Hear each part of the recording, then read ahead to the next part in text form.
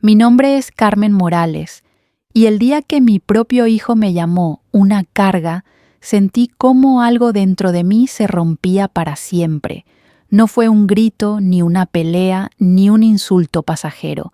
Fue una frase dicha con una frialdad tranquila mientras él seguía cortando el pan como si sus palabras no hubieran golpeado de lleno en el pecho de su propia madre. Mamá, eres una carga. No podemos contigo, así tal cual, sin temblarle la voz, sin mirar mis ojos, y su mujer sentada enfrente solo asintió como si estuviera confirmando una verdad universal. Nunca pensé que a mis 68 años, después de toda una vida trabajando, cuidando, cocinando, limpiando y sosteniendo una familia entera, iba a escuchar eso de la boca de la persona que yo misma traje al mundo. Pero así fue, y en ese momento, mientras el sonido de los cubiertos chocaba con los platos como si nada hubiera pasado, entendí que algo en mi vida estaba a punto de cambiar para siempre. La escena ocurrió un domingo por la tarde en Valladolid, donde he vivido toda mi vida adulta. Era la comida familiar de siempre. Yo había preparado cocido como cada semana porque a mis nietos les encanta, y porque hasta ese día pensaba que hacerles cosas ricas era mi forma de seguir sintiéndome útil. El olor del chorizo y la sopa todavía estaba en el aire cuando mi nuera dejó el tenedor sobre la mesa y dijo: «Quizá deberías ir mirando una residencia. Allí estarás mejor atendida». «¿Mejor atendida? ¡Qué ironía! Yo que había atendido esta casa durante más de 10 años. Yo que había pagado la factura del gas cada invierno porque a ellos siempre les parecía demasiado alta. Yo que me había levantado a las 7 cada mañana para llevar a los niños al cole cuando ellos trabajaban. Yo que en silencio pagué 3 letras de la hipoteca cuando mi hijo se quedó sin empleo. Yo la carga. No dije nada, no lloré, no les pedí explicación. Simplemente dejé la cuchara en el plato con cuidado, respiré hondo y los miré a los dos. No sé si en mi mirada vieron tristeza, dolor o decepción, o quizá ya no les importaba lo que yo sintiera. Mi hijo siguió comiendo, mi nuera revisó su móvil, y mis nietos, ajenos a todo, jugaban con las migas de pan. Así que tragué saliva, guardé el resto de mi dignidad en el silencio más absoluto y dije únicamente: «Entiendo». Fue la única palabra que pude pronunciar sin que se me quebrara la voz. Esa noche de vuelta en mi habitación me senté en la cama con la luz apagada. Miré la fotografía de mi difunto marido Antonio posada sobre la mesilla. «¿Lo oíste, Antonio?», susurré. «Dicen que soy una carga». Y por primera vez en muchísimo tiempo me permití llorar, no solo por lo que habían dicho, sino por todas las veces que me esforcé por ser lo contrario. La madrugada se me hizo eterna. Recordé mi juventud en Segovia, los primeros años de matrimonio, los sacrificios, las penurias, las alegrías pequeñas. Recordé cuando nació mi hijo, cómo lo llevaba a cuestas a todas partes porque siempre quería ir conmigo. Recordé sus cumpleaños, sus estudios, sus tardes de gripe. Recordé cómo crecimos juntos, y ahora de adulto era él quien me empujaba fuera de su vida, sin temblores, sin dudas, como si soltarme fuese tan fácil como cambiar de canal en la televisión. A la mañana siguiente, con los ojos aún hinchados, abrí el armario y saqué una caja de lata que guardo desde hace años. Dentro estaban todas las facturas que ellos nunca vieron: gas, electricidad, reparaciones, libros escolares, recados médicos, incluso la hipoteca que pagué en silencio. Nunca lo hice para presumir, nunca lo hice esperando algo a cambio. Lo hice porque soy madre y porque pensé que el amor se pagaba con amor, no con desprecio. Fui colocando cada factura sobre la cama una encima de la otra. Formaban una pila sorprendentemente alta, más de lo que yo misma imaginaba. y al observarlas todas juntas, entendí que mi vida entera estaba ahí en cada euro, gastado en cada gesto que ellos habían olvidado, en cada recibo que llevaba mi nombre, aunque la casa no fuese mía. Al mediodía salí de mi habitación. Mi hijo estaba en el salón viendo las noticias, mi nuera en la cocina. Yo llevaba en la mano aquella pila de papeles bien sujeta con un clip grande. Lo dejé sobre la mesa justo en el centro donde no pudieran ignorarlo. Si soy una carga, dije con voz baja pero firme, aquí os dejo lo que la carga ha pagado durante 10 años. Nadie dijo nada, ni una palabra, ni siquiera un suspiro, y como sabía que el silencio sería mi única respuesta, me dirigí a mi habitación, preparé una pequeña maleta y recogí solo lo imprescindible: 2 mudas, mi cepillo, mi rosario y la última carta que Antonio me escribió antes de morir. En cuanto cerré la cremallera sentí una paz extraña, dolorosa sí, pero también liberadora. Caminé hasta la puerta principal. Mi hijo apareció detrás de mí como si quisiera detenerme, pero no dijo nada. Ni perdón, ni mamá. Solo me miró con esa mezcla de orgullo herido y vergüenza que llega demasiado tarde. Me voy un tiempo, dije. Él tragó saliva. ¿A dónde? No lo sé todavía, pero donde sea, no seré una carga. Y con esa frase abrí la puerta, dejando atrás una casa que ya no era hogar, un hijo que ya no era refugio y un pasado que no merecía seguir conmigo. Lo que ellos no sabían era que mi destino ya estaba decidido: Valencia, una ciudad donde la luz brilla incluso para los corazones cansados, una ciudad donde quizá por fin pudiera empezar de nuevo. Salí de aquella casa con la maleta pequeña, golpeando suavemente mi pierna a cada paso, como si me recordara que por primera vez en muchos años solo me pertenecía lo que yo misma podía cargar. El aire frío de la mañana en Valladolid me despertó del aturdimiento emocional en el que había pasado toda la noche. Caminé hacia la estación de autobuses sin mirar atrás, aunque cada fibra de mi cuerpo quisiera hacerlo, pero no lo hice. No quería ver cómo se cerraba la puerta, ni si mi hijo seguía allí mirándome marchar sin decir palabra. Ese silencio era la confirmación de todo.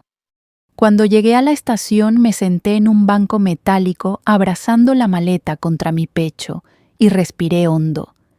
Allí, rodeada de desconocidos con sus vidas y preocupaciones distintas, me sentí más invisible y también más libre que en años. Saqué de mi bolso la caja de lata donde guardaba todas las facturas.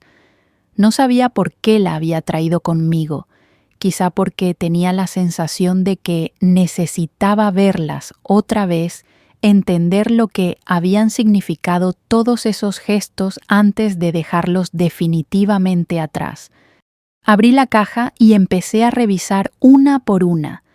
La primera factura que apareció era de hace 9 años, la reparación del tejado. Recordé aquella tormenta terrible que había hecho que el agua entrara por las tejas sueltas justo cuando mi hijo y mi nuera estaban de vacaciones en Benidorm. Yo misma llamé al albañil, pagué y me pasé 2 días subiendo y bajando escaleras, secando paredes, ventilando habitaciones. Cuando volvieron solo comentaron: «Menos mal que no pasó a mayores». Yo sonreí. No dije nada. Nunca dije nada. Había facturas de la luz, sobre todo en invierno, cuando el frío castellano cala los huesos. Yo siempre decía que tenía calor para justificar por qué mi manta estaba encendida y mi radiador apagado mientras encendía los suyos para que mis nietos estuvieran cómodos. Yo pasaba frío, pero ellos nunca lo supieron, no porque fuesen malos, sino porque se habían acostumbrado a que yo siempre estuviera ahí sin quejarme, resolviendo todo entre bastidores. También encontré los recibos del colegio de mi nieta mayor, cuando mi hijo estuvo 3 meses sin trabajo. Recuerdo haber caminado hasta el banco con mi pensión en la mano, sintiendo cómo me temblaban los dedos al pagar. No porque me doliera gastar el dinero, sino porque me dolía que ellos jamás se enteraran de ese sacrificio. Pensé que la vida ya me recompensaría con agradecimiento, o al menos con cariño. Pero a veces el cariño se desgasta en las manos equivocadas. Mientras revisaba las facturas me di cuenta de que cada papel tenía una historia detrás, una historia que nadie había querido escuchar, una historia que yo misma había escondido bajo la alfombra de una casa que ya no era la mía, una historia sobre la que construí una familia que al final me había dejado fuera con la misma facilidad con la que se arroja un ticket viejo. Cuando el autobús llegó, subí despacio con la caja de lata bien sujeta contra mi abdomen. Me senté junto a la ventana. El paisaje rural de Castilla y León empezó a avanzar como una película silenciosa, campos áridos, chimeneas humeantes, vacas que pastaban sin prisa, aves migratorias cruzando el cielo. Todo me resultaba familiar y sin embargo sentía que lo estaba viendo por última vez desde esa versión de mí misma. En el trayecto, mi mente regresó a los gestos pequeños que yo había convertido en rutinas. Preparar lentejas los miércoles porque sabía que a mi nieto le encantaban. Llevar siempre caramelos de limón en el bolso para por si acaso. Guardar billetes de 5 euros en un sobre para cuando hiciera falta en la familia. Coser botones, remendar uniformes, limpiar zapatos, hacer cola en la farmacia para recoger recetas que no eran mías. ¿Cuándo había dejado de ser Carmen la persona para convertirme en Carmen la sombra silenciosa que sostenía a todos? Me pregunté si había sido yo quien sin querer les enseñó a verme como una carga, no por lo que hacía, sino por lo que no pedía. Porque nunca pedí nada, nunca levanté la voz. Nunca dije yo también existo. Y ahora, cuando finalmente me atreví a existir, parecía que era demasiado tarde para ellos. Cuando llegué de nuevo a mi casa, no la de mi hijo, sino mi pequeño piso, donde viví con Antonio durante 30 años, entré con un nudo en la garganta. Había alquilado ese piso a una pareja joven hacía ya tiempo, pero conservaba una habitación pequeña donde guardaba mis cosas. Me senté allí rodeada de cajas viejas, álbumes de fotos, el vestido de novia amarillento por el tiempo y la bufanda que Antonio me regaló en nuestro 20º aniversario. Todo me hablaba, todo tenía un valor que los demás no veían. Abrí otra vez la caja de lata. Saqué una carpeta donde estaban los papeles de una antigua transferencia bancaria que recibí del seguro de vida de Antonio.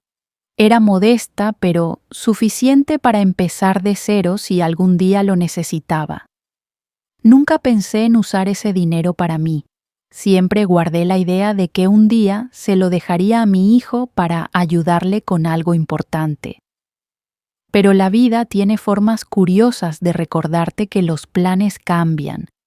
Fue entonces cuando pensé por primera vez en Valencia. No sabía por qué.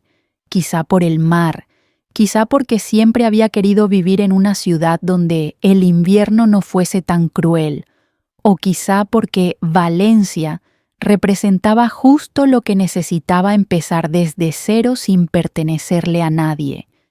Pasé horas revisando las facturas extendidas sobre la mesa, y en ese instante, sin llorar, sin temblar, sin rabia, entendí que esas hojas no eran mis pruebas para acusar a nadie. Eran mis pruebas para liberarme, para recordarme quién era yo, lo que había dado y lo que todavía merecía. Guardé todo en la caja, la cerré, y con un gesto firme la coloqué dentro de mi maleta, porque no pensaba huir del pasado, pensaba llevármelo conmigo para recordar cómo me convertí en la mujer que estaba a punto de renacer. Esa noche dormí profundamente por primera vez en meses. A la mañana siguiente desperté con una lucidez extraña, casi desconocida para mí. No había lágrimas secas en mis mejillas, ni esa pesadez en el pecho que tantas noches me acompañó durante los últimos años. En su lugar, sentía un vacío limpio, un espacio que por primera vez parecía tener posibilidad de llenarse con algo que fuese realmente mío. El silencio de aquella habitación impregnado del olor a madera antigua y a recuerdos guardados me envolvía como una manta suave. No era un silencio triste, era un silencio que hablaba. Me levanté despacio, con el cuerpo algo rígido por el cansancio emocional. Abrí la ventana y un aire fresco entró directo desde la calle, cargado con ese aroma a piedra mojada típico de las mañanas en Castilla y León. Allí apoyada en el alféizar, pensé en cómo había llegado a este punto, cómo un simple comentario, una frase tan breve, «eres una carga», podía abrir un abismo tan profundo entre una madre y un hijo. Quizá porque no era solo la frase, era lo que venía detrás, años de descuidos, de acostumbrarse a que yo estuviera disponible, de no agradecer, de asumir que yo debía hacerlo todo sin esperar nada. Me preparé un café con leche en el pequeño hornillo eléctrico del cuarto donde guardaba mis cosas. Mientras lo sorbía lentamente, decidí que necesitaba cerrar un capítulo antes de abrir otro. No podía simplemente marcharme a Valencia sin que quedara claro lo que yo había sido para esa casa, no por revancha, sino por dignidad, por mí. Volví a abrir la maleta, saqué la caja de lata y coloqué sobre la cama la pila de facturas. Las ordené por año, por tipo, por concepto. Cada papel parecía contarme una historia distinta. La reparación del calentador que pagué porque ellos no podían permitirse otra avería. Las medicinas de mi nuera cuando pasó por una mala racha. Las excursiones escolares, los trámites bancarios, los seguros, incluso las compras del supermercado que en momentos concretos fueron más mías que de ellos. A media mañana respiré hondo y entendí lo que debía hacer. No podía irme sin dejar una huella que no pudiera ignorarse.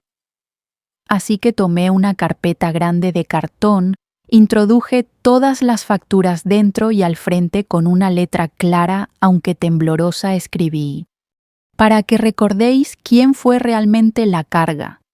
No puse más, no necesitaba poner más. Salí de mi piso y caminé hacia la casa de mi hijo. El trayecto que tantas veces había hecho con bolsas de compra o con algún postre para los niños, esta vez se sentía distinto. No era un camino hacia el deber, era un camino hacia la liberación. Cuando llegué, mi nuera abrió la puerta. Parecía sorprendida de verme, pero no dijo nada al principio. Después, con un tono casi automático, pronunció un pasa que carecía de emoción. Yo no pasé. No necesitaba entrar. Saqué la carpeta de la bolsa y se la puse en las manos con suavidad. «¿Qué es esto?», preguntó arrugando la frente. «La cuenta de lo que ha hecho esta carga», respondí con voz tranquila, sin enojo ni ironía. Ella no supo qué decir. Se quedó mirándome esperando quizá una explicación, una discusión, una escena, pero yo no estaba allí para dar explicaciones ni para recrear ningún drama. Estaba allí para cerrar un ciclo, solo eso. «Dile a tu marido que lo lea», añadí antes de dar media vuelta.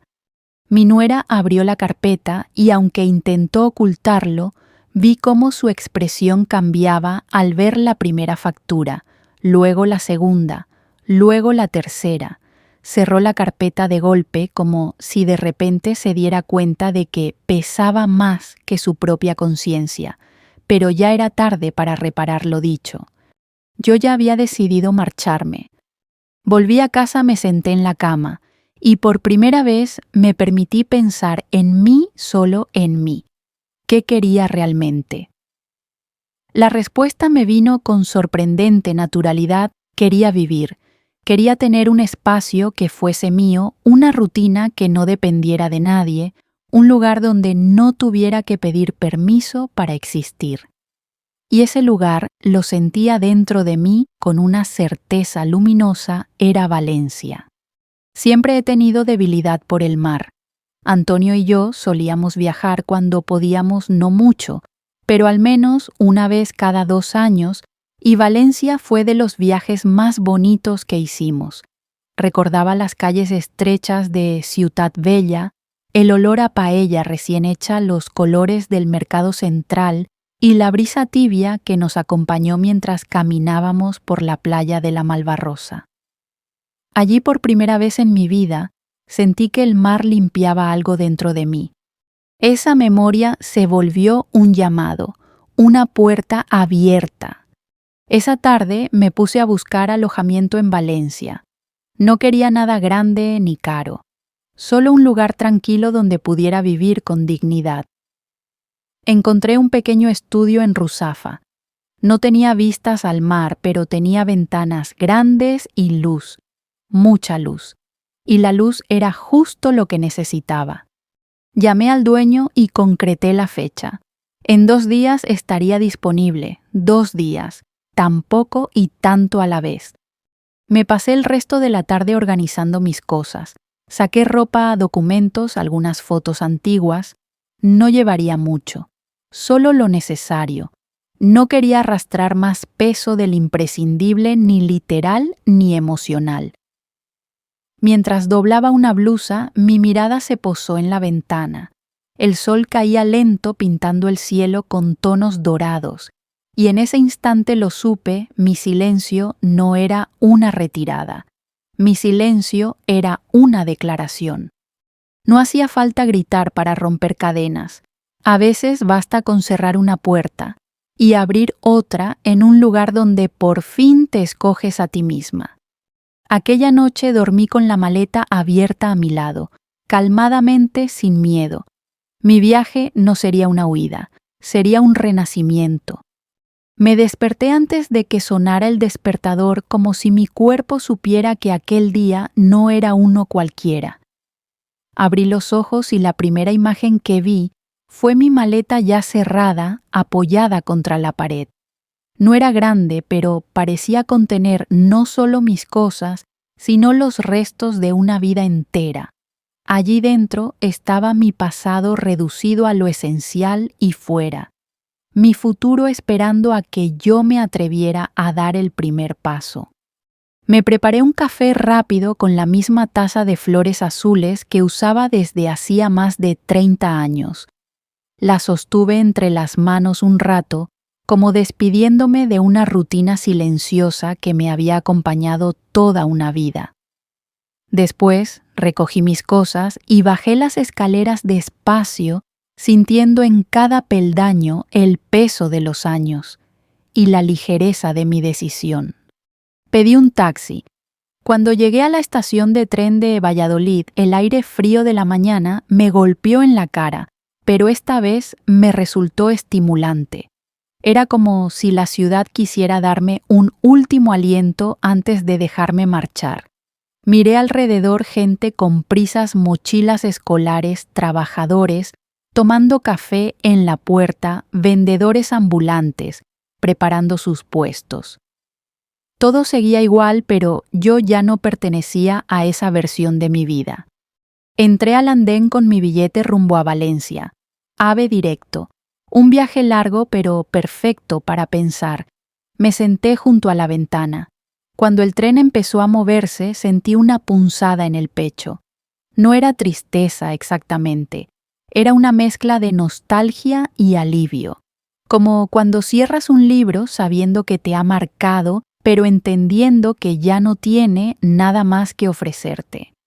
El paisaje empezó a pasar rápido. Campos secos, colinas bajas, casas aisladas, carreteras secundarias que se estiraban como venas sobre la tierra. Castilla y León quedaba atrás con su viento frío, su cielo gris, su silencio duro y honesto. A medida que avanzábamos hacia el sur, el paisaje comenzaba a transformarse, tonos más cálidos, más luz, más vida.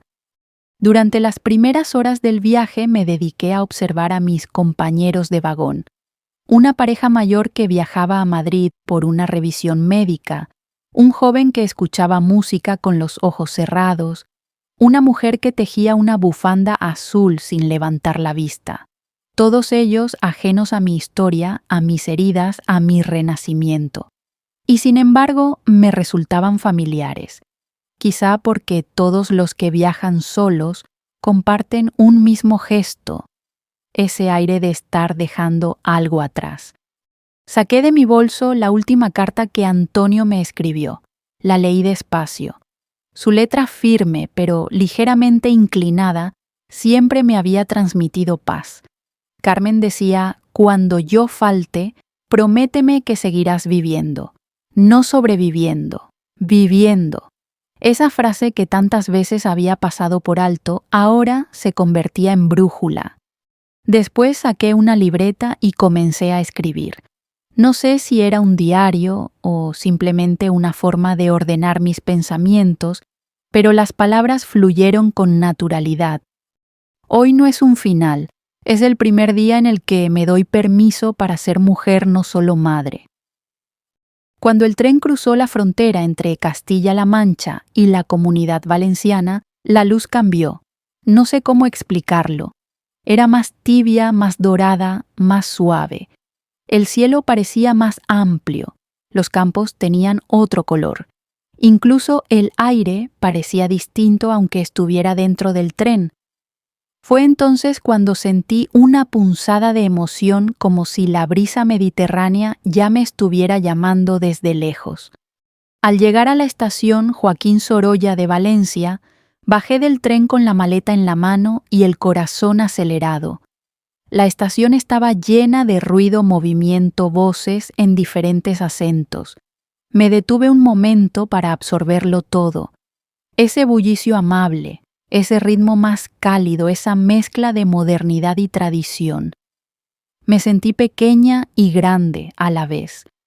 Tomé un taxi hacia el barrio de Ruzafa. Durante el trayecto miraba por la ventana como una niña que descubre un mundo nuevo, calles coloridas, fachadas antiguas, restauradas cafeterías llenas de vida, gente paseando con calma bajo el sol. No había prisa. No había frialdad. Valencia respiraba humanidad. Llegué al edificio donde había alquilado el estudio. El dueño, un hombre mayor llamado Julián, me recibió con una sonrisa amplia y una calidez que no esperaba. Me ayudó a subir la maleta por las escaleras.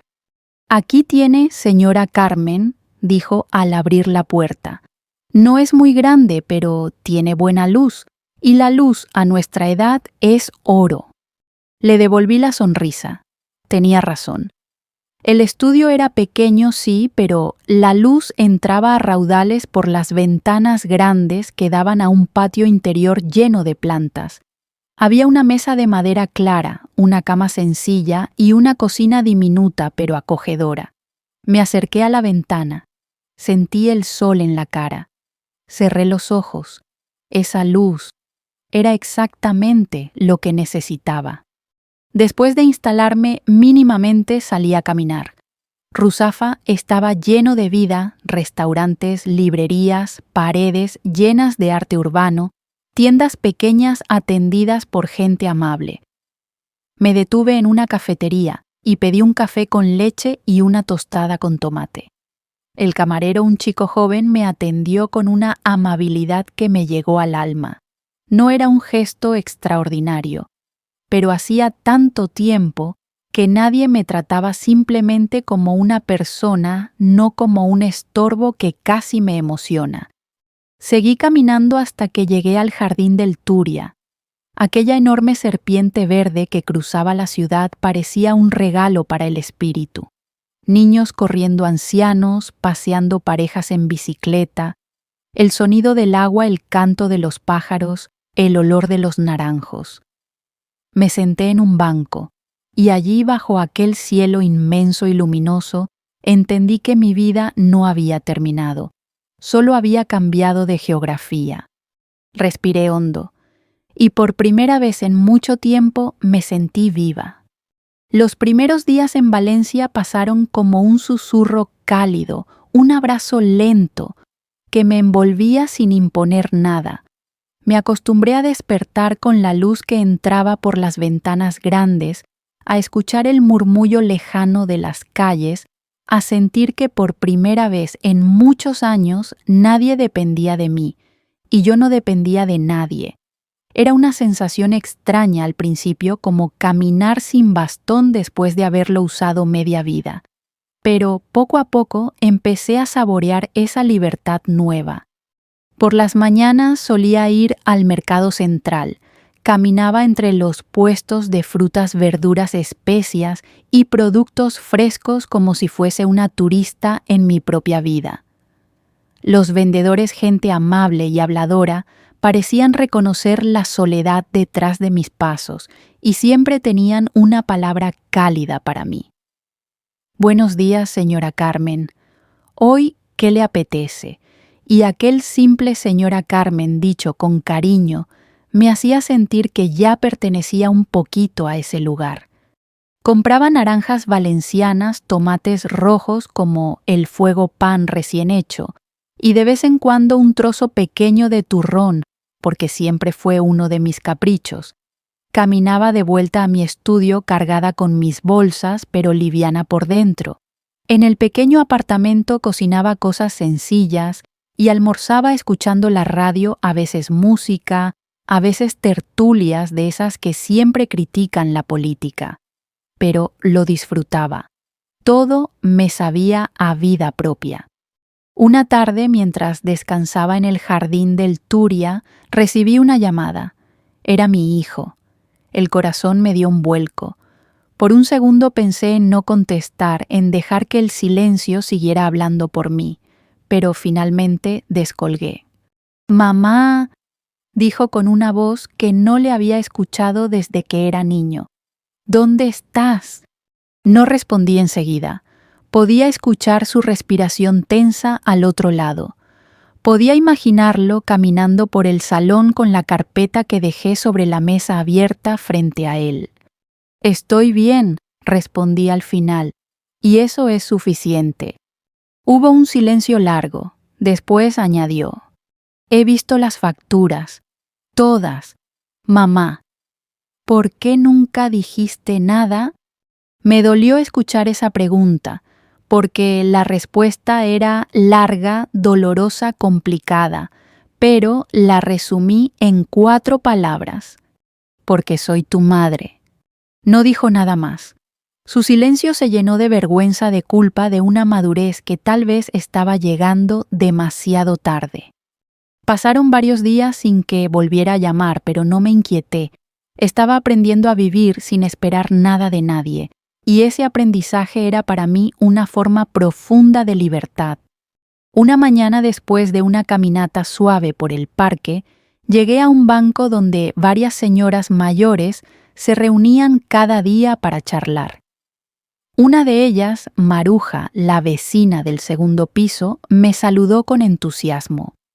«Carmen, ven, siéntate con nosotras. Aquí no dejamos que nadie esté sola». Me hizo gracia. Me acerqué y me senté. Maruja era una mujer vivaracha, con ojos brillantes y una energía contagiosa. Había vivido toda su vida en Valencia y parecía conocer cada rincón de la ciudad. «¿Sabes qué?», Carmen me dijo un día mientras tejía. «A veces hace falta que la vida nos dé un empujón para aprender a querernos un poquito más». Y tenía razón. Allí, entre conversaciones sobre nietos, recetas y dolores de espalda, encontré un tipo de compañía que no sabía que necesitaba compañía sin obligaciones, sin exigencias, sin cargas. Un viernes por la tarde, mientras preparaba una tortilla en mi pequeña cocina, escuché de nuevo el teléfono sonar. Esta vez era un mensaje de mi hijo. «Mamá, vamos a ir a verte. Necesitamos hablar contigo». Sentí un temblor inesperado, no de miedo, sino de anticipación. No sabía qué querían decirme. No sabía si estaban enfadados, arrepentidos, confusos o todo a la vez, pero algo en mí estaba preparado para escucharlos sin derrumbarme. La luz de Valencia me había fortalecido. Al día siguiente llegaron. Los vi desde la ventana mientras bajaban del taxi. Mi hijo con los hombros tensos, mi nuera cabizbaja, como si el viaje hubiera sido una penitencia. Les abrí la puerta sin sonreír, pero tampoco con frialdad. Entraron despacio, observando el estudio. Era sencillo, modesto, pero estaba lleno de calma. «Mamá», empezó mi hijo, «hemos leído todo, tragó saliva, hemos sido injustos contigo». Mi nuera con los ojos enrojecidos dio un paso adelante. «Carmen, lo siento mucho, no puedo justificar lo que dije aquel día, fue cruel, y tú no te lo merecías, nunca». La escuché en silencio, no porque quisiera hacerlo sufrir, sino porque necesitaba comprender si sus palabras venían del corazón. Parecía que sí. «No vine aquí para vengarme», dije al fin. «Vine para respirar, para encontrarme, para recordar quién soy cuando nadie me necesita». Mi hijo rompió a llorar. Me abrazó fuerte como cuando era niño y tenía miedo de la oscuridad. «No quiero que estés lejos», me dijo entre sollozos, «pero entiendo por qué lo haces. Solo quiero darte gracias por todo lo que hiciste, por todo lo que fuiste, y pedirte que no cierres la puerta del todo». Yo también lloré, no por tristeza, sino por la posibilidad de un perdón que no duele, un perdón que libera. Nos sentamos los tres alrededor de la pequeña mesa. Hablamos durante horas, no resolvimos todo, pero dimos el primer paso, y para mí eso fue suficiente. Cuando se marcharon me quedé en la puerta mirando cómo el taxi se alejaba. No sentía vacío, no sentía dolor, sentía paz. Habían aprendido algo, y yo también. Porque a veces la lección más poderosa no es la que se dice, sino la que se demuestra con un paso firme hacia una vida nueva. Los días siguientes a la visita de mi hijo fueron distintos, no porque algo hubiera cambiado radicalmente entre nosotros, aún quedaban muchas heridas abiertas, palabras por decir y silencios que deshacer, sino porque aquella conversación había levantado un peso enorme de mi pecho. Ya no sentía la urgencia de justificarme, ni la necesidad de cargar con las culpas de otros. Valencia me había devuelto una serenidad que no sabía que estaba buscando, y cada amanecer parecía recordarme que merecía ese descanso. Una mañana, mientras preparaba mi café con leche con la ventana abierta, escuché el ruido amable de la calle, una moto pasando despacio, un perro ladrando, el murmullo lejano de un puesto de flores montándose. Ruzafa siempre despertaba con vida, y esa vitalidad me contagiaba. Me vestí con una blusa clara, cogí mi bolso, y decidí caminar hasta el jardín del Turia. El sol todavía estaba suave como una caricia tibia sobre la piel. Mientras avanzaba por el parque, reconocí a mi pequeña pandilla de señoras mayores sentadas en su banco habitual. Maruja me saludó desde lejos moviendo la mano. «Carmen, ven, mujer, hoy estamos hablando de hombres», dijo riéndose. Me acerqué y me senté con ellas. Hablaban de sus maridos, de cómo fue la convivencia, de cómo el amor cambia con los años, o cómo a veces se apaga y otras se transforma.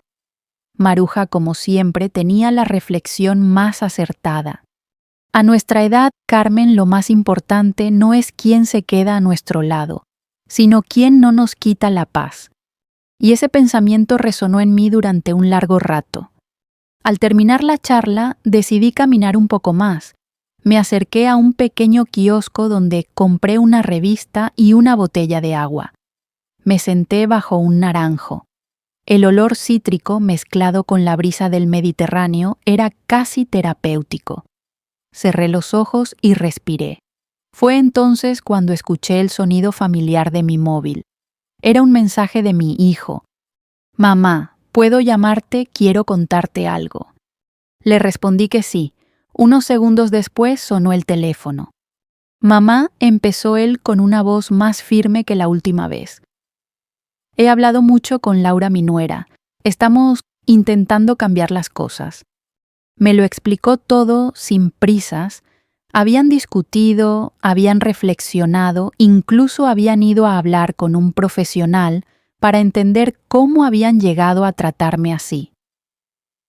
Este detalle me sorprendió, no porque dudara de su intención, sino porque nunca imaginé que darían ese paso. «No quiero que pienses que buscamos tu perdón rápido», añadió. «Solo queremos que sepas que lo intentamos de verdad». Me quedé en silencio un instante. Podía escuchar el rumor del viento moviendo las hojas del naranjo sobre mi cabeza. «Hijo, no busco que me demuestres nada», le dije. «El perdón no es un premio, es un proceso, y cada uno tiene su ritmo». Él suspiró. «¿Puedo ir a verte otra vez, esta vez solo yo? Quiero hablar contigo a solas». Le dije que sí. Y aunque una parte de mí temía remover de nuevo el pasado, otra parte, la más serena, sabía que ese encuentro era necesario para ambos. Quedamos para el domingo por la mañana. Aquel día me desperté antes del amanecer. Hice la cama con cuidado como si esperara una visita importante, y lo era. Preparé una jarra de agua fría con rodajas de limón y coloqué 2 vasos sobre la mesa. No cociné nada. Quería que la conversación fuese limpia, honesta, sin distracciones. A las 11 en punto llamaron a la puerta. Mi hijo estaba allí con la misma expresión de siempre, y sin embargo distinto, más humilde, más consciente, más hijo. Entró despacio y se sentó en la silla frente a mí. «Mamá», dijo después de un largo silencio, «he sido egoísta, mucho, y quiero explicarte por qué, aunque eso no cambie lo que pasó». Me habló de su estrés, de sus miedos, de no ser suficiente, de sentirse sobrepasado por la vida. Me contó que la relación con su mujer había tenido tensiones, que a veces ellos dos se apoyaban menos de lo que aparentaban, y que en esa fragilidad comenzaron a verme no como la persona que siempre estuvo ahí, sino como una responsabilidad más. «No es excusa», añadió con firmeza. «Solo quiero que entiendas que fue nuestra debilidad, no tu culpa». Lo escuché en absoluto silencio, y cuando terminó puse mi mano sobre la suya. «Hijo, todos cometemos errores, pero reconocerlos te hace crecer, y eso es lo que estás haciendo ahora». Vi cómo sus ojos se humedecían. «Solo te pido una cosa», le dije, «que no vuelvas a silenciar a la gente que te quiere, que aprendas a escuchar antes de juzgar. Yo ya soy mayor, pero tú todavía puedes construir una vida diferente». Él asintió varias veces seguidas, como si necesitara grabar cada palabra en su mente.